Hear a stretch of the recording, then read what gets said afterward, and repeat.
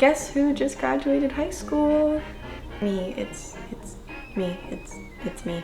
And what do American schools do close to graduation? If you said prom, you get a prize. That prize being a feeling of accomplishment. My school does both a junior and a senior prom. I've been to both of them, although I can attest that senior prom, despite being only $5 more expensive, was far better. And I have made my prom dress both years, although I did not film the process of making my last year's prom dress. This year I decided to make my magnum opus, if you will, perhaps the magnum opus of my high school sewing career. And so I decided to try my hand at a beaded 1920s dress. I was mostly inspired in terms of general construction and style by this dress, but my beading was inspired by this dress, and I had a lot of other sort of general inspiration pictures just for the general vibe I was going for. I am so happy with it and excited to share it with all of you. So let's get into the making of it.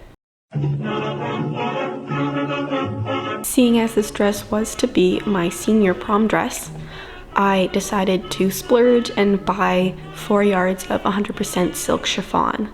I ended up using just under that amount, so I'm very happy that I got the amount I did. The dress in itself was quite simple in construction, just 2 rectangles for the front and back of the bodice, which had a free-handed neckline, and 2 big gathered rectangles for the skirt. Before doing any of the beading or even putting the skirt and bodice together, I finished all of the edges. I hemmed the edges of the bodice and did the bottom hem of the skirt, as well as attaching the shoulder seams with French seams, and I would have attached the skirts with French seams, but they were both cut on the selvage, so I didn't actually have to finish them. I did not finish the top of the skirt before beading because I hadn't cut it perfectly straight, and I wanted to make sure that it was the length that I wanted before hemming it fully. I did hem the bottom of the bodice and the top of the skirt before attaching them, just so that there'd be no raw edges. I also didn't gather the skirt until after I had put all the beading on, just for ease of beading. Once all of my pieces were mostly prepped, but still separate, I started the beading process. I started with the beading on the bodice, since I'd made a sampler of the stars I planned to put on the skirt, and it looked really bad. So I wanted to get some practice with beading before I started with the finer stars on the skirt. The bodice, as you can see in my drawing, was fairly simple and sort of like a big version of the stars on the skirt. All of the small beads are these check glass beads that I just bought from Michael's, and the pearls, both the smaller ones in the middle of the stars and the big ones on the bodice, were harvested from some random old, probably fake, pearl bracelets and necklaces that I found in my mom's beading stash. The first beading method I used was the method of sliding about 10 onto your needle at once and then tacking them all down one by one, but this didn't get me the curve or the look that I really wanted. So pretty quickly I resorted to just back stitching every single bead on, which in the end was probably faster for me. I completed the bodice fairly quickly, or at least it feels quickly relative to the skirt, and I set it aside to start working on the brunt of the beading task. The footage that I filmed is sped up a lot. It is not a fraction of the time that it took me to put all of these stars on the skirt.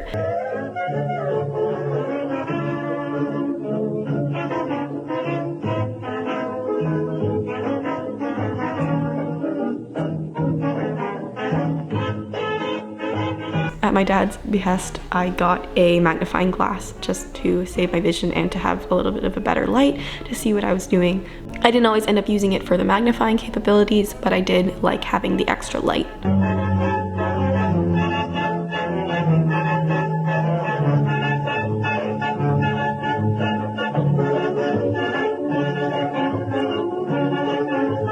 The stars along the hem are, I think, about 3 inches apart center to center, and a little less than 3/4 of an inch in diameter. I didn't measure the radial spikes in inches, I measured them in bead number. So the longer ones are 7 beads and the smaller ones are 5.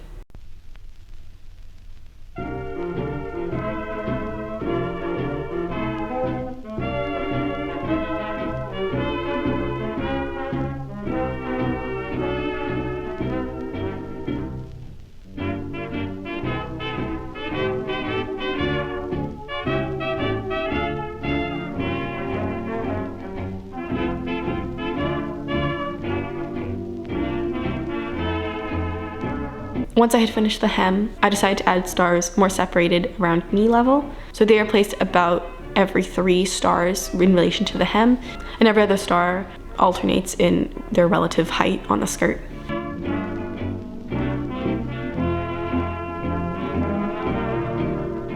Finally, after maybe 4 hours a day for all of spring break and some extra time to finish the last few stars, I was finished with the skirt's beading.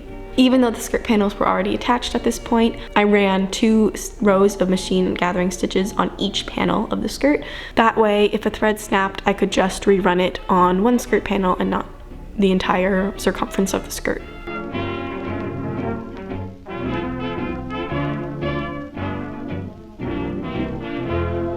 At this point, I had trimmed and hemmed the top of the skirt to the desired skirt length.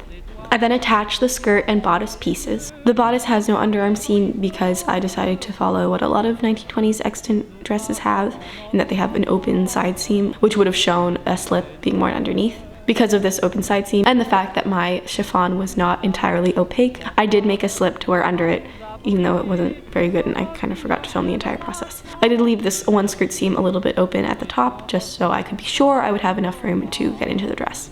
I sewed some snaps onto that, even though I eventually went back and added some hooks once I attached the belt.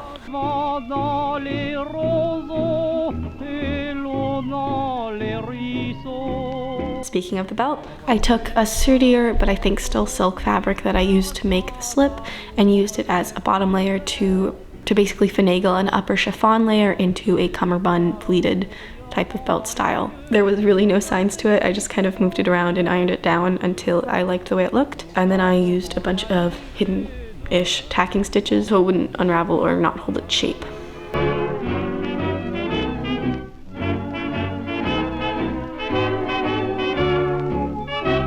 I then took an inordinate amount of time to determine where I wanted the belt to sit on the dress, since I knew that I wanted the belt to be attached. As you can see, I was really struggling, but I did eventually get it with some help from my mom to make sure that all of the gathering stitches were hidden and to make sure the bodice was blousing in the way I wanted it to. With that, I hand stitched the belt on and added some closures, bought some full-length opera gloves, bought some American Duchess shoes, took a 1920s reticule my grandma gave me for Christmas, and went out to do prom.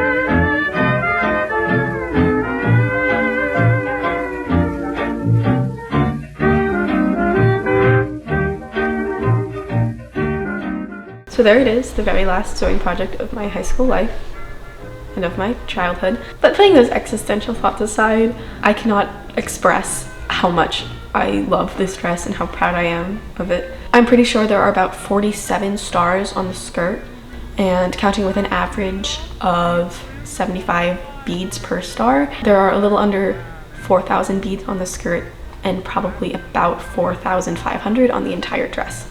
If I could change anything, it would be just to make the belt a little bit tighter, but in the end I think a looser fit works better for the early 1920s, which is what I was going for. As you can see, Bernice is naked, which means there are no upcoming sewing projects right now.